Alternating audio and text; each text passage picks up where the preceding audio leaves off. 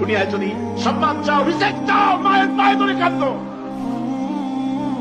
মায়ের জাতি অনেক সম্মান তার। রাসূল করিম সাল্লাল্লাহু আলাইহি ওয়াসাল্লামকে প্রশ্ন করা হয়েছে, হুজুর খেদমত করবো কার? হুজুর কয় মায়ের। তারপরে কার? হুজুর কয় মায়ের। তারপরে কার? হুজুর বলেন মায়ের। তারপরে কার? তোমার পিতা। 3 গুণ। তোর মায়ের মর্যাদা 3 গুণ বেশি, তোর বাপের চাইতে মর্যাদা বেশি। সুবহানাল্লাহ বলেন। আর আজকে ইসলামের শত্রুরা তারা বলে যে ইসলাম নারীর অধিকার আদায় করে না। নারীর অধিকার ইসলাম দেয় নাই তো কে দিয়েছে?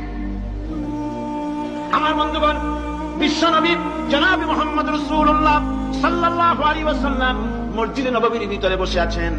এক বৃদ্ধা মহিলা মসজিদের মধ্যে প্রবেশ করলেন। হুজুর বৃদ্ধাকে দেখে দাঁড়ায় গেলেন। বিশ্বনবী বুড়ি মেয়ে লোককে দেখে দাঁড়ায় গেলেন। আল্লাহর নবী বুড়িকে দেখে দাঁড়ালেন। বুড়ি যখন কাছে এলেন, আল্লাহর নবী নিজের গায়ের চাদর বুড়ির জন্য বিছায়া দিলেন।